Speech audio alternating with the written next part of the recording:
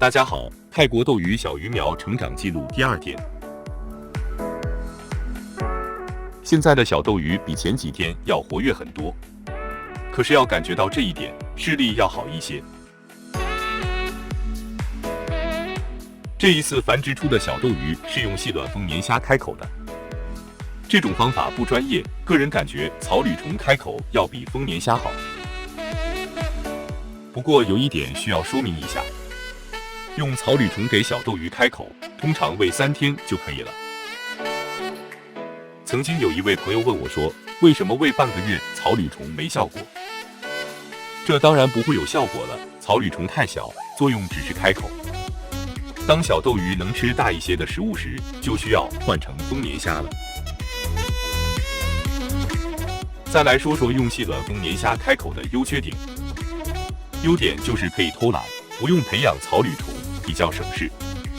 缺点是丰年虾相对比较大，会出现小鱼摄食量不均衡，会造成小斗鱼将来的成长速度有较大差距。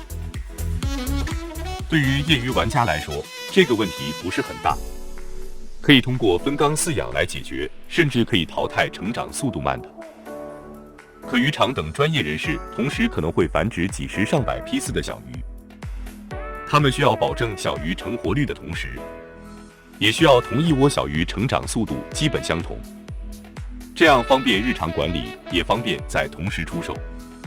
所以专业玩家大多不会用丰年虾给小斗鱼开口。其实呢，也无所谓专业和业余，适合自己的方法就是好方法。